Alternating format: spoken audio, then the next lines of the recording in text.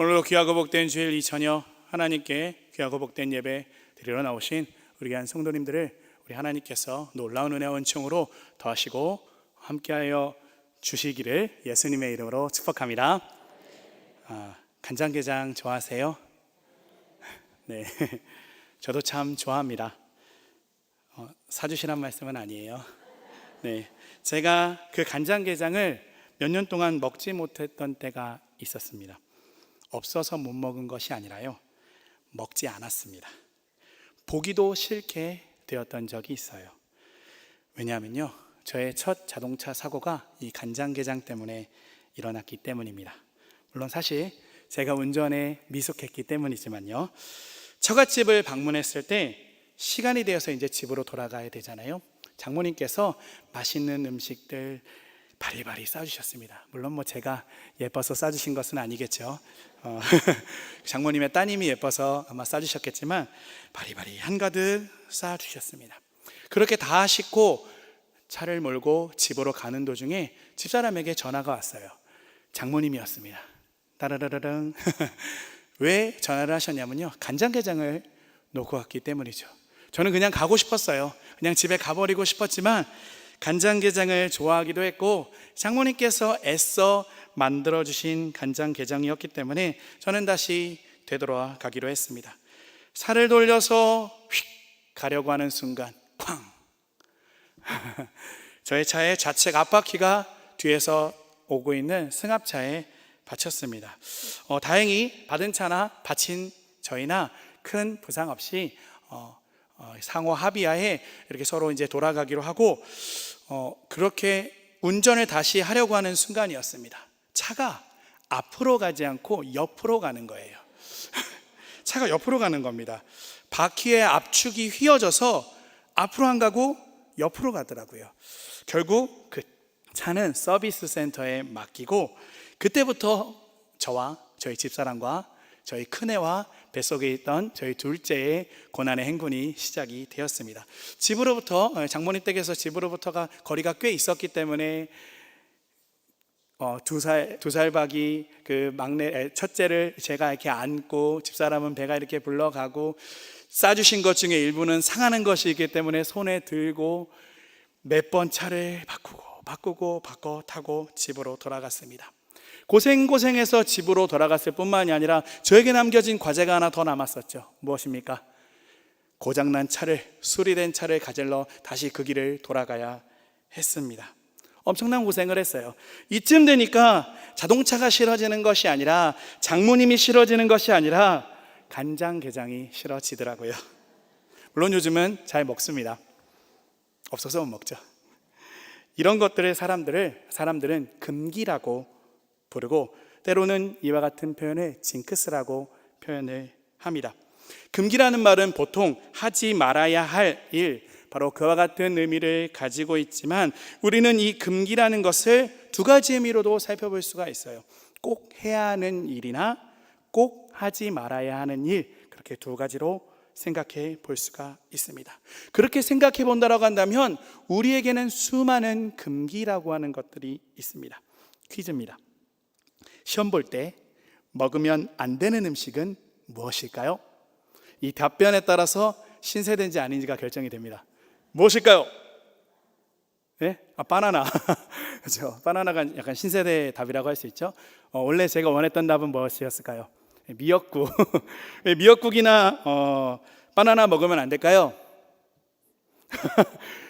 홀라당 미끄러지기 때문에 미끄러져서 시험 떨어질 수도 있다라고 안 먹이죠. 그럼 뭐 먹어야 될까요? 찰떡이나 엿을 먹어야 합니다.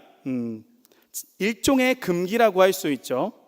금기는 흔히 재수없다라고 하는 표현과 연결이 되었습니다. 제가 어렸을 때 외할머니께서 제가 하면 길길이 화내시는 그와 같은 행동들이 있었습니다. 베개 위에 앉는다던가 문지방에 앉는다던가 밥그릇에 숟가락을 팍 꽂는다든가 하면 할머니께서 길길이 화를 내셨습니다. 저희 외할머니는 권사님이셨는데도 불구하고요. 이렇게 수많은 금기들이 있죠. 이와 같은 금기들은 세상 사람들만 가지고 있는 것은 아닌 것 같아요. 믿는 사람들도 나름의 금기를 가지고 있습니다. 이 금기에 대해서 먼저 말씀드리기 전에 먼저 양해를 구할 것이 있습니다. 제가 지금 말씀드리는 이와 같은 행동들이 무조건 다 잘못이다, 이렇게 일반화하는 것이 아님을 먼저 밝혀드립니다. 성경을 밟으면 어떻게 될까요? 벌 받을까요? 천벌을 받을까요? 제가 어렸을 때는 성경 밟으면 천벌 받는 줄 알고 있었어요.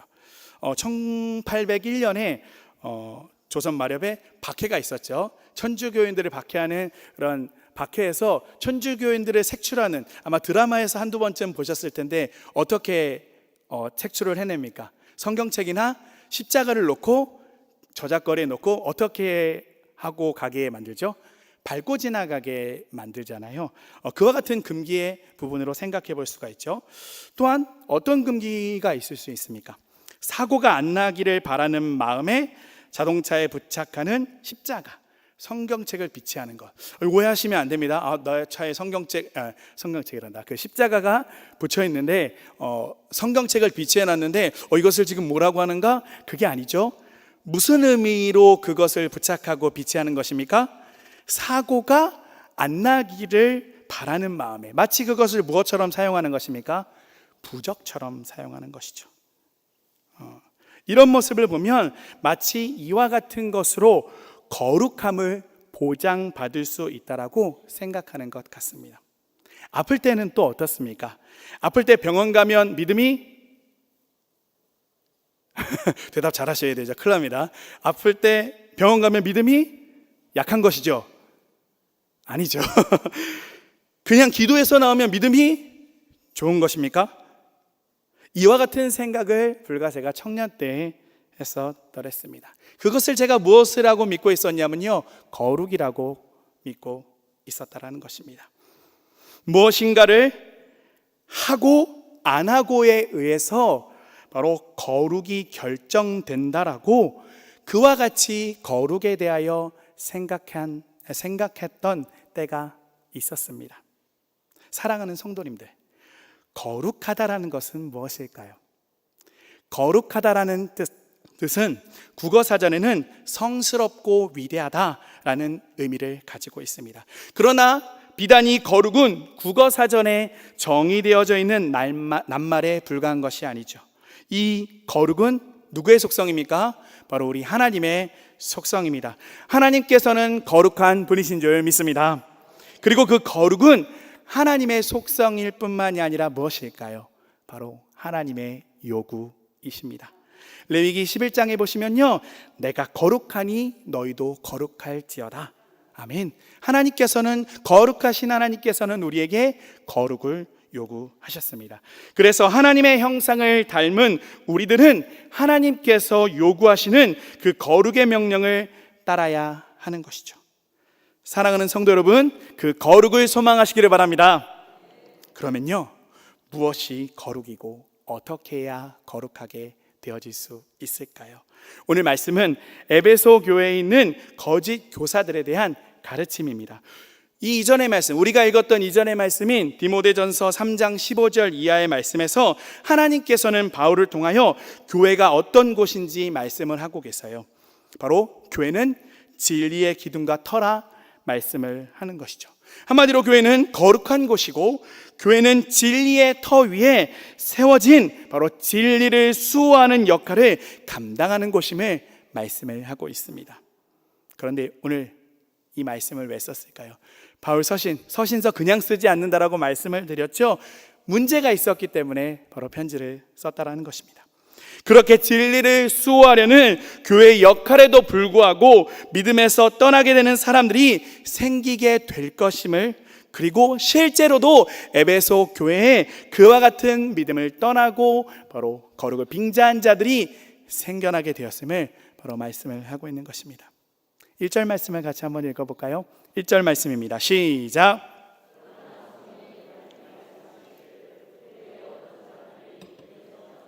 미혹하는 영과 귀신의 가르침을 따르리라 하셨으니. 아멘. 그러나 라는 말씀으로 시작되고 있네요. 부정적인 표현이죠. 부정적인 전환이라 할 수 있습니다. 3장에 마무리되었던 말씀과 반대되는 일이 벌어졌다라는 것이죠. 진리의 기둥과 터인 바로 그와 같은 교회가 바로 진리의 기둥과 터와 같은 모습이 아니라 엉뚱한 모습이 되었다라는 것입니다. 이것이 누구의 말씀입니까? 성령 하나님께서 밝히 말씀하신다. 바로 바울의 의견이 아니라 하나님께서 우리에게 말씀하시는 바로 교훈이라는 것이죠. 이런 어떤 부정적인 일들이 벌어집니까? 어떤 사람들이 믿음에서 떠났다라고 말씀합니다. 이들은 믿음 가운데 있던 사람들인데요, 떠나게 되었다라는 것이죠. 특별히 여기서 우리 1절에서는요, 바로 후일은이라고 하는 그 표현에 주목해 볼 필요가 있어요. 예수께서 오신 이후에 예수님의 재림을 기다리는 말세의 모든 때, 바로 그 의미를 가지고 있습니다. 그런데요, 이 말세라고 하는 것은 이때 당시만을 의미하거나 아니면 우리 이후에 찾아올 어떤 때만을 의미하는 것이 아니라 예수님께서 오시고 그리고 다시 오시마 약속하신 그 때, 그 모든 때를 포함하는 것이 바로 이 후일에라고 하는 표현이죠. 그럼 이 후일이라고 하는 이 표현에는 어떤 때라고 하는 의미를 담고 있을까요? 지금 저와 성도님들께서 살고 있는 바로 지금의 때에 바로 이와 같은 일이 벌어진다, 이미 벌어지고 있다, 이렇게 말씀을 하고 있는 것이죠. 바로 우리에게 교훈하고 있는 말씀이라는 것입니다. 그러면 이와 같은 사람들이 왜 바로 믿음에서 떠나게 되었습니까? 1절의 후반에서 설명을 하고 있습니다. 미혹하는 영과 귀신의 가르침을 따라서 그렇게 되었다라고 말씀하고 있네요.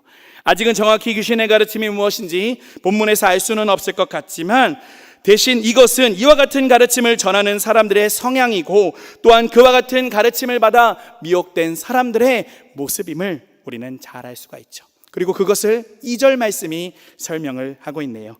2절 말씀 같이 한번 읽어보겠습니다. 시작.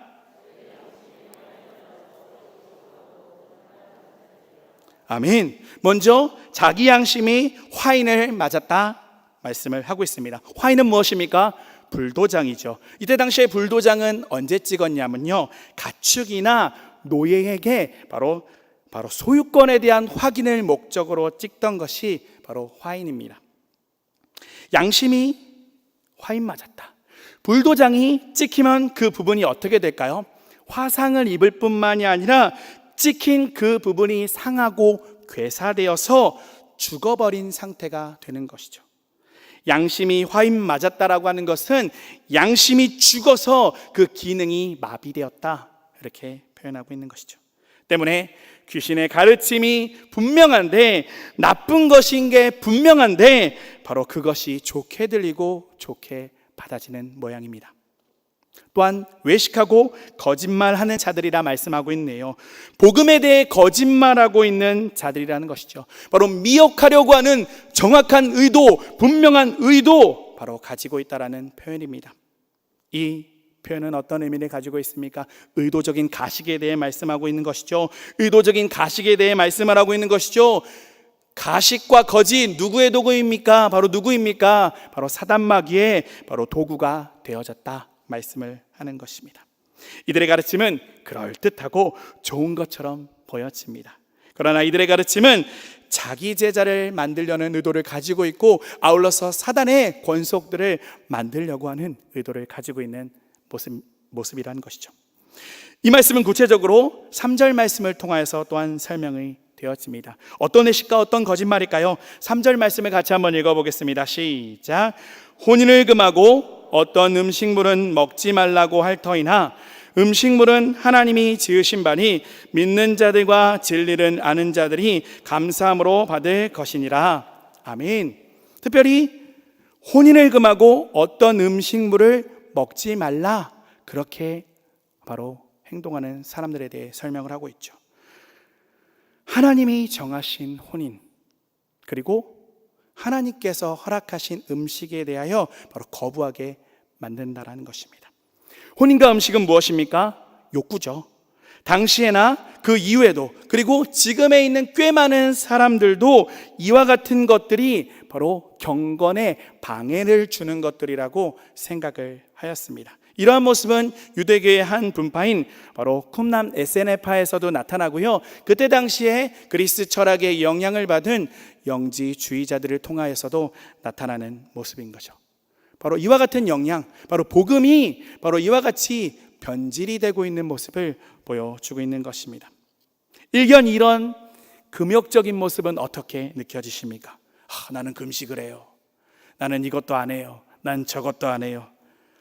어떤 모습으로 비춰지는 것이죠? 절제라고 하는 모습으로 포장되어지는 것이죠. 그 절제라는 모습으로 포장된 것이 마치 어떤 모습으로 보여진다는 것입니까?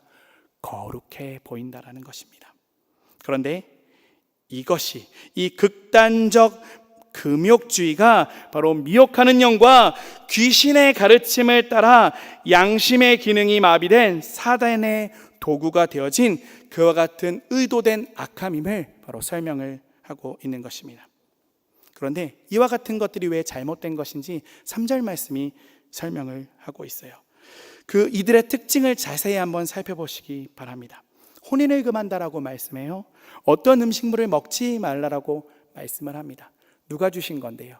하나님께서 주신 건데요. 특별히 하나님께서 주신 거라는 생각을 안 한다 할지라도 우리는 이와 같은 것들을 무엇이라고 생각할 수 있냐면요, 일반적인 것들임을 알 수가 있는 것이죠.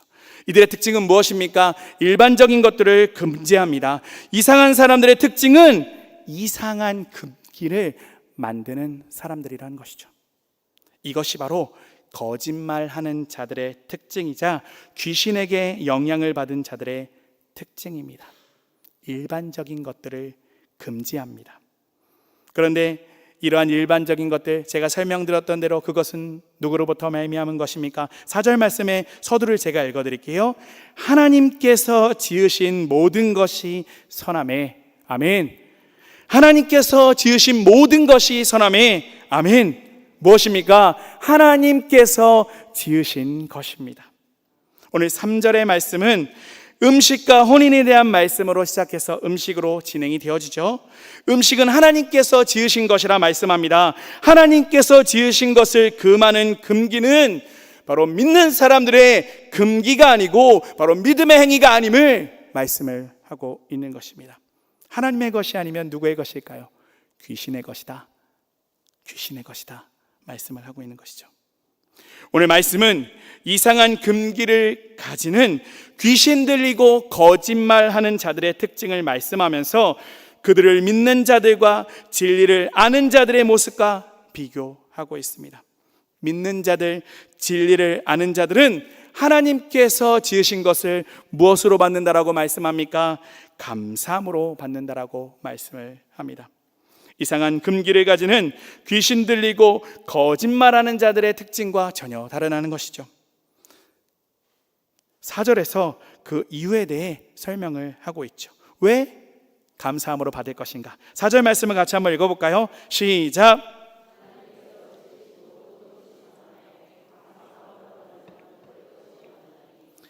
아멘. 하나님이 지으신 것 어떻다라고 말씀합니까? 모든 것이 선하다라고 말씀을 합니다. 이는 어느 하나 없이 모두 선하다라는 의미는 아니에요. 이와 같은 논리를 가지고 이것을 이용하는 나쁜 사람들이 있죠. 지금 저희가 고민하고 기도하는 그런 것들이 무엇입니까?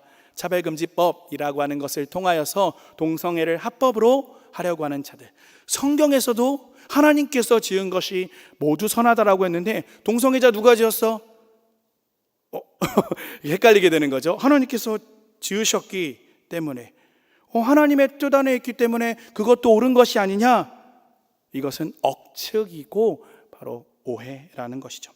하나님이 지으신 것이 선하다라고 말씀하고 있습니다. 똑같은 표현입니까? 지으신 바로 그 표현에 주목해 볼 필요가 있는 것이죠. 지으셨다. 그 표현은 어떤 의미를 가지고 있습니까? 섭리 안에 있다라는 표현이죠. 명령을 따른다라는 것입니다. 천지만물이 어떻게 생겨났습니까? 있으라 하시니 천지만물이 있어졌습니다.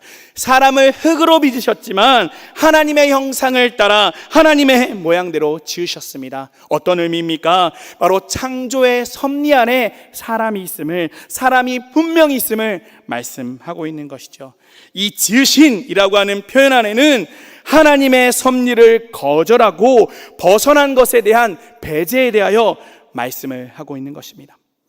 하나님께서 만드신 모든 것이 선하지만 하나님의 섭리를 거절하는 것은 곧 하나님을 거절하는 것이고, 그것이 곧 오염이며 선하지 않은 것, 즉 위에서 말씀하고 있는 미혹하는 영과 귀신의 가르침을 따르는 모양이라는 말씀입니다.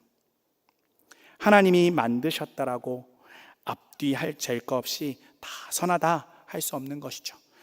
오직 하나님의 섭리에 따르는 순종이 그와 같은 모든 것들이 선한 줄 믿습니다. 또한 감사함으로 받으면 버릴 것이 없다라고 말씀을 하고 있네요.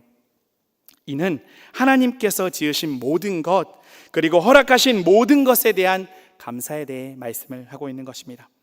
또한 이는 곧 하나님께 대한 인정이며 하나님을 깊이 신뢰하는 믿음입니다. 이 인정이 바로 거룩임을 우리에게 말씀하고 있습니다. 진정한 거룩함이란 비단 금기를 지키고 지키지 않고를 통해서 이루어지는 것이 아니라 우리 안에 계신 성령님, 곧 예수 그리스도를 구주로 시인하고 믿는 그 순간에 허락되어지는 것이며, 또한 그분을 신뢰하는 삶을 통하여서 허락되어지는 것임을 믿으시기 바랍니다. 바로 이것이 거룩이고 이것이 온전입니다. 진정한 거룩함이란 무엇입니까? 하나님께 대한 믿음이 거룩인 줄 믿습니다. 하나님께 대한 바른 신앙이 우리의 거룩임을 믿으시기 바랍니다. 사랑하는 성도 여러분, 결혼을 누가 만들고 음식을 누가 만드셨습니까? 그와 같은 것들을 누리기를 원하는 욕구 누가 만드셨습니까? 그 모든 것들 바로 우리 하나님께서 만드셨습니다. 하나님께서 만드신 것을 인정하는 것이, 하나님께서 만드신 것을 온전히 누리는 것이 바로 거룩인 줄 믿습니다. 잠시 생각해 보면 세상의 수많은 것들 중에 거룩과는 상관이 없는 것처럼 여겨지는 것들이 참 많습니다. 맛있는 음식은 어떠한가요? 열심히 하는 운동은 어떠한가요? 좋은 음악이나 그림은 어떠한가요? 왠지 그와 같은 것들 거룩과 상관이 없는 것처럼 여겨집니다. 때로는 그와 같은 것들을 배제하여야만 바로 거룩에 다다를 수 있을 것 같은 생각이 들기도 합니다. 그렇지만 그러한가요? 진짜 그러한가요? 누구를 위하여 그것을 배제하고 있는 것입니까? 거룩한 삶, 신령하고 경건한 삶이란 하나님의 뜻에 부합하여 사는 삶입니다. 하나님의 뜻대로 우리에게 주어진 삶을 살아가는 것이 하나님이 요구하시는 거룩인 줄 믿으시기 바랍니다. 하나님이 허락하신 것을 방종하지 않고 교만하지 않게 온전함으로 누리는 것이 바로 참된 경건이고 거룩입니다. 영국의 체스터톤이라고 하는 시인이 다음과 같은 글을 썼어요. 당신이 식사 전에 감사를 드리는 것 마땅히 잘하는 일입니다. 그러나 나는 연극과 오페라를 보기 전에도 감사 기도를 드리고, 책을 읽거나 그림을 그리기 전에도 감사를 드리며, 수영, 펜싱, 복싱, 춤추기 전에도 감사를 드리며, 글과 편지를 쓰기 위해 펜에 잉크를 묻힐 때에도 감사를 드립니다. 무슨 의미입니까? 이 감사는 바로 하나님께 대한 인정을 말씀하는 것이죠. 범사에 감사하는 것이죠. 하나님을 인정하는 것입니다. 거룩은 하나님이 허락하신 모든 것을 금하지 않고 누리되 그 모든 것이 하나님께서 주신 것임을 알고 믿는 믿음의 고백임을 믿으시기 바랍니다. 이것이 5절에서 말씀하고 있는 말씀과 기도로 거룩하여지는 모습입니다. 여기에서 말씀은 창조의 말씀에 대해 말씀하고 있죠. 하나님께서 지으신 것에 대한 인정에 대하여 말씀하고 있습니다. 기도는 무엇입니까? 그와 같은 것들을 다 하나님께서 주셨다라고 인정하며 아뢰며 감사로 올리는 감사 기도입니다. 모든 것을 허락하신 하나님께 대한 감사를 드리는 것이죠. 즉, 이 말씀과 기도는, 우리를 거룩하게 하는 이 말씀과 기도는 하나님께 대한 귀한 인정이 되어지는 줄 믿습니다. 또한 하나님의 말씀은 하나님께서 우리에게 말씀하시는 하나님의 뜻이고, 기도는 그 하나님의 말씀에 대한 우리의 반응입니다. 즉, 이 말씀과 기도는 하나님의 말씀에 대한 우리의 옳은 반응을 통하여서 우리가 하나님의 뜻을 온전히 알고 따를 수 있는 그 거룩함에 대하여 말씀하고 있는 것입니다. 사랑하는 성도님들, 거룩은 하나님께 대한 인정입니다. 그것이 바로 구별됨입니다. 참된 거룩은 오로지 하나님께로부터 얻어 받게 되는 줄 믿습니다. 무엇인가를 하고 하지 않고로 결정되어지는 것이 아니라, 일견 거룩해 보이는 일이라 할지라도 그 안에 하나님께 대한 인정이 빠진다라고 한다면, 때로는 하나님께 대한 인정이라고 기만한다면, 그 안에 하나님께 대한 인정이 빠진다라고 한다면, 때로는 하나님에 대한 인정이라고 바로 내가 내 스스로 그렇게 착각해버리고 만다면, 그와 같은 것들은 거룩이 아니라는 것입니다. 비단 우리의 흔해 빠진 일상의 모습이라 하여도 하나님께 대한 인정이, 그 신뢰가, 바로 그와 같은 섬김이 있다면 바로 그것이 거룩인 줄 믿으시기 바랍니다. 때문에 우리는 하나님께 대한 바른 인정과 섬김을 위해 말씀과 기도로 거룩해져야 할 것입니다. 말씀을 인정하시고 감사의 기도로 받을 때 우리는 철저히 하나님을 인정하여 믿게 될 것입니다. 그것이 우리의 거룩을 이루어 나갈 것입니다. 하나님의 뜻을 따름에 우리의 거룩이 있는 줄 믿으시기 바랍니다.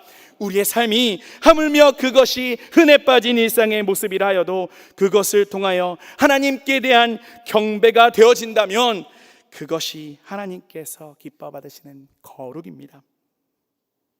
이번 한 주 동안 그와 같은 거룩을 꿈꾸시기를 바랍니다. 이번 한 주 동안 그와 같은 거룩을 위하여 몸부림치시기 바랍니다. 범사에 하나님을 인정하시기 바랍니다. 일상이 예배가 되어지게 하시고 경배가 되어지게 하시기 바랍니다. 특별한 것 하려고 하지 마시고요, 일상에서 거룩함으로 나아가십시오. 하나님 빠진 금기사항, 바로 그것을 준수하는데 바로 침몰되지 마시기 바랍니다. 하나님께 대한 인정, 하나님의 다스리심에 대한 인정, 그 통치하심에 거룩이 있습니다. 하나님께서 기뻐 받으시는 이와 같은 거룩한 삶을 통하여 하나님의 기쁨이 되어지시는 귀한 성도님들과 제가 되어지기를 예수님의 이름으로 바라고 합니다. 아멘. 기도하겠습니다. 사랑이 많으신 하나님, 감사합니다.